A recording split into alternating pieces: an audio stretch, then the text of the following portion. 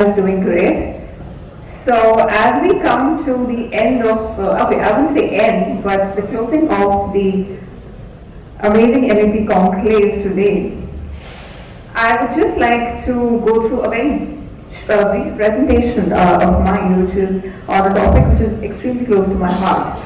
So I would thank the organizers for a very warm and wonderful introduction. So I would like to reintroduce myself as a student of architecture, still learning, and why this subject is extremely close to my heart is because I did my master's from the National University of Singapore, and I have been a part of research audits, indoor air quality audits, and thermal comfort audits happening in the university. And hence, I have practiced as a sustainable design consultant in Singapore as well as India, and I've been doing projects actively. So here is a piece of my heart that I would want to share. So, considering that it's an MEP conclave, I will not insult the intelligence of the audience by explaining the various jargon of words that comes to our mind when we talk about indoor air pollution or indoor air quality. So, of course, all of us have heard these terms: thick building syndrome, indoor air pollutants, VOCs, formaldehyde, etc., etc., etc. And we all know, especially post-COVID, the post-COVID era, as I call it, that we all need to pay a considerable amount of attention to our human health and wellness, especially indoors and not only outdoors. According to the World Health Organization, the indoor air pollution causes 7 million premature deaths per year. That number is absolutely alarming. We do talk about indoor air quality in our places of residence, in fully packed offices, our educational institutes, schools for children. But what about places in transit? What about metro stations, subway stations, airport? So there is a short study that I've picked up, and I'd like to explore a case study here. So this is a case study that was conducted by National Environment Agency in Singapore, and it was undertaken by selecting 41 commuter platforms for 39 randomly selected underground metro stations in Singapore, and there was this research done from May to September for 5 months in 2018. So let's see what are the results and how the research was done.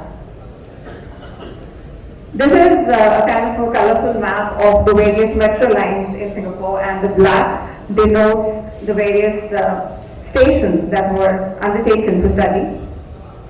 So when we talk about underground metro stations or subways, what are the sources of pollutants? One is obviously outdoor, because there's a lot of street level ambient air concentration of gaseous emissions and particulate matter from combustion, industrial processes, land fires, etc., etc. So that is one of the sources of pollution inside, of course. And since the trains are electrically powered, they do not emit any vehicular engine exhaust. So, what are the indoor sources of pollution? So the pollutants that are produced within the underground system have an entirely different chemical composition, and that is the substantial mechanical wear and tear and the friction that comes due to the contact between the rail, the train wheels, and everything, and the brakes, and that can actually increase the airborne particulate matter inside the railway stations. Several studies have also revealed that the particulate matter in underground metro stations was also revealed higher than those reported at the street level. So these studies were conducted in Barcelona, Europe, Philadelphia, USA, China, and in Prague. It was also found that the concentration levels were highly enriched with iron and other metallic components as well during the operating hours. That's alarming again. And in-station pollutant levels are influenced by a variety of factors. And of course, all my engineer friends here, of course, would agree that it depends on the quality of ventilation, fresh air exchanges, airflow, etc. The architecture of the station, because obviously we need to do source control for indoor air pollutants, material selection, the volume of the station, the depth of the platforms, And obviously the CO2 emissions are guided by the frequency of the trains and the density of passengers. And a very important thing that I would like to remind the audience here is that the presence of platform screen doors has actually been a very significant factor in controlling the variety of pollutants inside the stations that we're going to see ahead. So now the study starts, and when the stations were selected, they have the same design of the platform, which means two train rails in their own tunnel, separated by one platform with absolutely no interruptions. And obviously the air conditioning system was designed and it was checked to provide the adequate amount of outdoor air supply, and it followed all the ASHRAE standards and the local ventilation standards. So that was a kind of a check that was there in place. And again, all the stations have full height platform screen doors. Pollutant sampling was started, and single-day samples of air pollutant concentrations were taken during the peak metro opening hours, that is obviously 7 a.m. to 10 a.m. and 5 p.m. to 8 a.m. 8 p.m. where the sampling was done. And in the station train arrival and the departure platforms, there were two sampling points taken. One is in the middle of the stations and one is at the edge of the stations. And in the outdoors, at the street level entrance, one sampling point was taken just 10 meters away from the stations. And as I had mentioned earlier, this was carried on for 6 months. And the research paper was finally published in 2022 after doing a lot of complex algorithms and calculations, etc., etc. So as we see here, these are the charts that were obtained for the indoor PM 2.5 and indoor PM 10 values for the different stations. As we see, some very busy stations like the Orchard and the Raffles Place that have a lot of restaurants and business centers around showed higher values. And this is the carbon monoxide and the carbon dioxide monitoring for all the stations.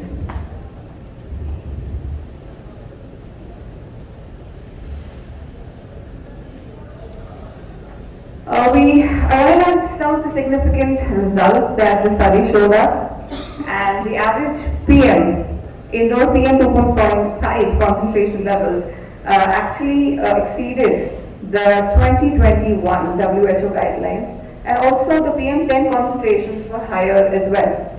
Carbon monoxide concentrations were significantly higher than the outdoors, but they were within the WHO guidelines. And also, the concentration levels, they declined across the basement depths. Like there was a station that was actually, say, underground -6 floors, and it hardly had any indoor air pollutants.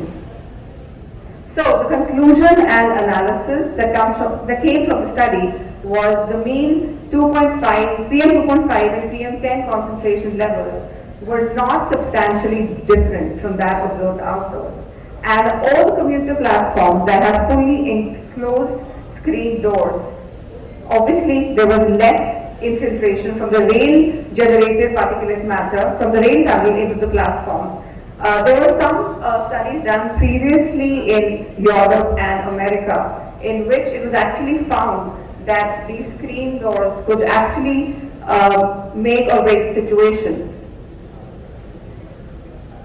So, also, surprisingly, there was not any significant association between the platform pollutant concentration levels and metro interchanges, surprisingly. And also the stations that were more than 30 years old were obviously, they have more mechanical wear and tear, which is an important source of particulate matter. So there was a difference in the newer stations and the earlier stations in which the particulate matter that came from the railways and the trains was actually significantly lower.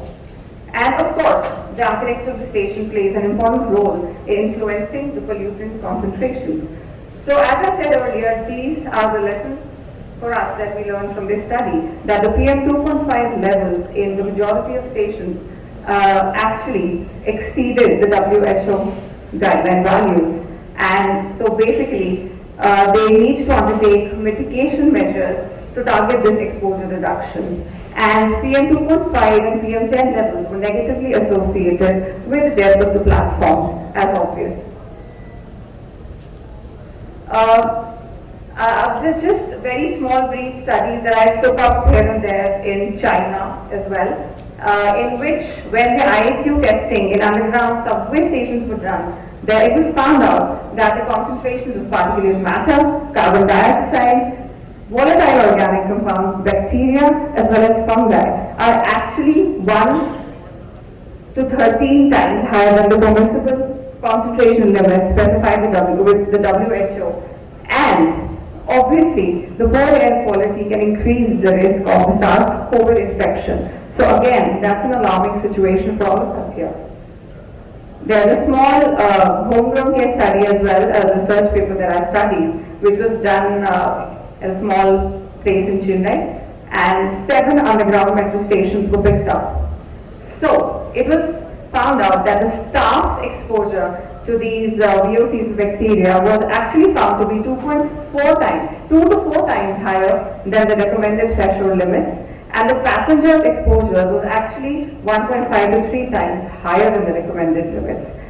And leading to all this, finally, the risk assessment that was done, taken after these results, showed that 3 years for the staff and 6 years for the passengers of continuous exposure to these noxious pollutants would actually increase the likelihood of developing a lifetime cancer risk.